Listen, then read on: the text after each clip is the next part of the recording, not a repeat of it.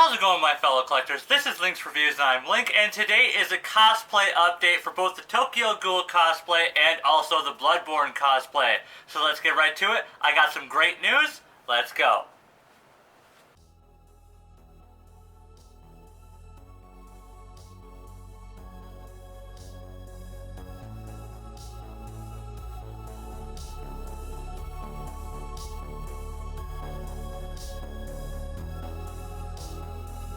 Alright, so we are back with a cosplay update, and yes, I am starting the Tokyo Ghoul cosplay. I just finished the shorts and the pants, the pants slash shorts into shorts and the shirt. So, my reference material for this is these two images like I showed you in the video. So, I couldn't decide, should I just start off with some white sweatpants or just buy some white shorts? I bought some white shorts because these were on clearance, so plus they got pockets, so that was a deal. So first off, I started by cutting the hem of it and just chopping it up, because from the image it looks like it's just chopped up. So that was it was really easy. This is probably going to be the easiest part of this cosplay, is just tearing up these. So this shirt, from the image it kind of looks like he's wearing a turtleneck. So I bought a turtleneck off of Amazon. I chopped up this part, chopped off the sleeves. I feel like I need to tear up the hem of this, but then I'm going to wait until right before, because I don't want this shirt potentially falling apart before we get there. Currently now it is July 31st, so we're a little over a month away from Metacon, which is what these two cosplays are for. So yeah. So this is going to be absolute music. I got the wig. I'm ordering the contacts in a couple days, actually on Thursday, because that's when I will have the money for them. I did get fitted for contacts, as you know from some of my past videos. I'm not wearing them right now. Just have my glasses on, because I've been working all morning trying to finish this up, getting this done to have you guys some updates. And on top of that, I finished, for my Bloodborne cosplay, the Whirligig Saw. And I'm going to show it to you right now. So I basically did this one through parts I could get from my Lowe's and Walmart. So everything here, besides the leather strip, I got, besides from the leather strips, I got from Lowe's and Walmart. So, here we guys have at least my rendition of the Whirligig Saw. Now, this is a hefty boy. It is tall. I'm currently in the process of trying to figure out if I will have the ability to strap it onto my back as I'm walking around. Otherwise, I'm just going to have to hold it, because this is a big boy. So, it is almost shoulder height. Almost shoulder height. It is really tall. So, I don't exactly know how tall it is, but that's really tall. So, the main body of construction of this, we got an axe handle from Lowe's. It was around $13. Some PVC pipe that I heat stretched to around the axe head. Some paracord leather strip that I got from Walmart, or from Amazon, because it's the only piece that I couldn't get a hold of. And some paracord, some nuts and bolts that I just actually already had. Some washers. So, and foam board, and funnily enough, some really thick cardboard tubes, some foam board, and some plastic lids to 5-gallon bucket, some spray paint, and a foam cone for the top. This thing is absolutely amazing. And as a specialty, now I couldn't obviously get this to motorized spin, so I'm not an electronics person. I'm not any of that knowledgeable. These do spin, not that well, obviously. So it looks absolutely fantastic. It's super cool, especially for my first prop. And this took me a couple weeks. I worked on it after work. I worked it on my days off. It was a lot of trial and error. I actually had this almost as tall as me in the beginning, and then I decided this is just way too big, so I basically took it all apart, chopped the PVC pipe down, put the cone on it, and then we did that. The foam board blades were honestly my most painstaking process. I had to use an X-Acto knife to carve like as best as I could a perfect circle, and then all these blades. This one was my first one, and honestly I really wish I didn't do as many blades, because that was had cramps on this hand for days, and it was super annoying. My fingers were raw from just putting pressure on the X-Acto knife to carve these out. So they are gel super glued down, and then on the back it is hot glued on the edges to give stability. This one was my second one for this one, and as you can see, I did not put as many blades, but they are pretty strong, so that's a plus. Basically, the main side, the cutting side, this one's just gonna rip you to pieces. So that was mine. So in the reference materials, it has like this little spinny mechanism right here.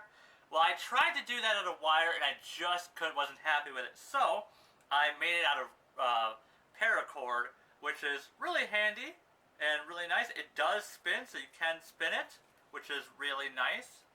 And all in all, it's really strong, although I have no idea how I'm going to transport it, to be completely honest.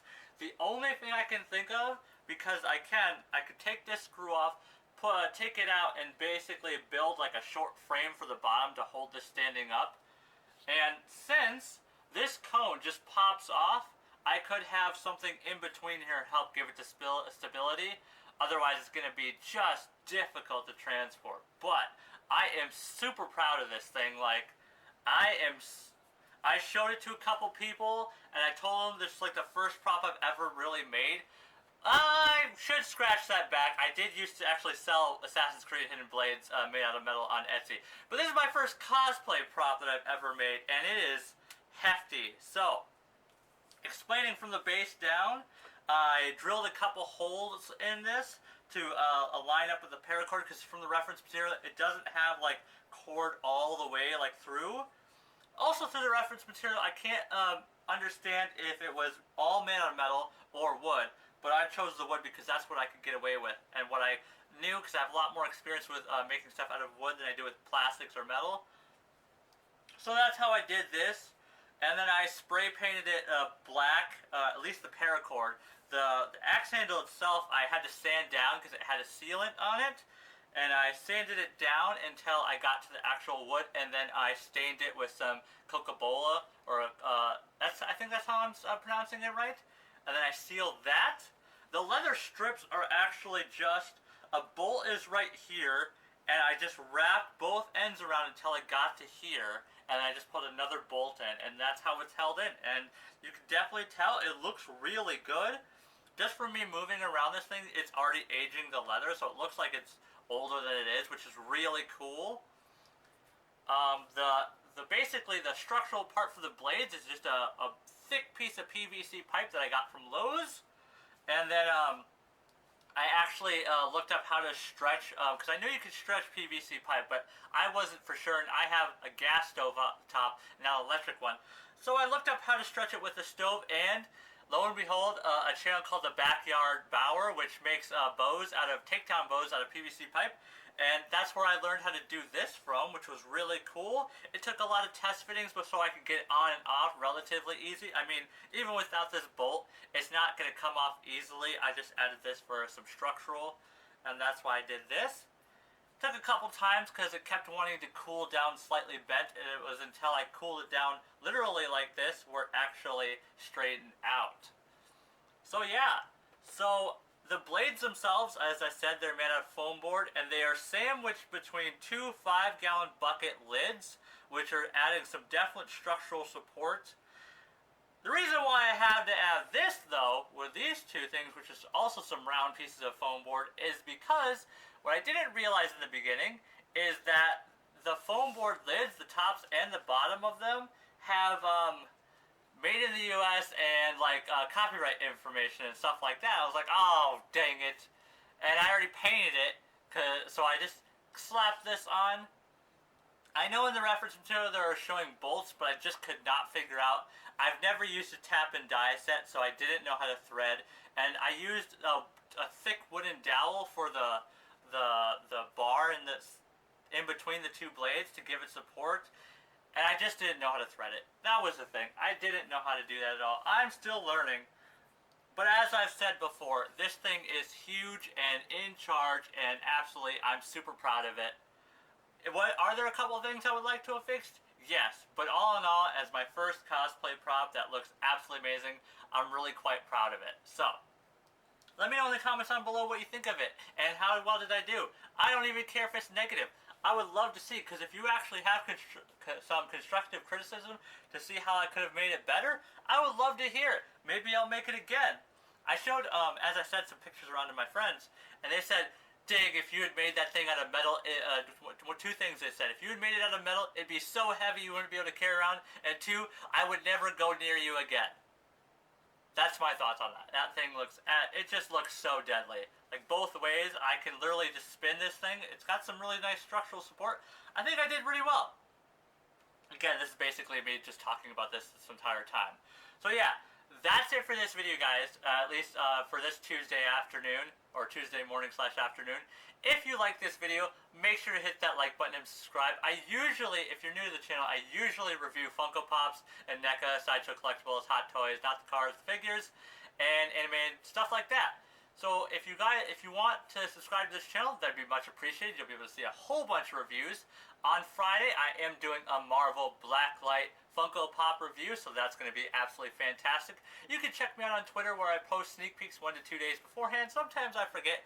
I'm only human. So yeah.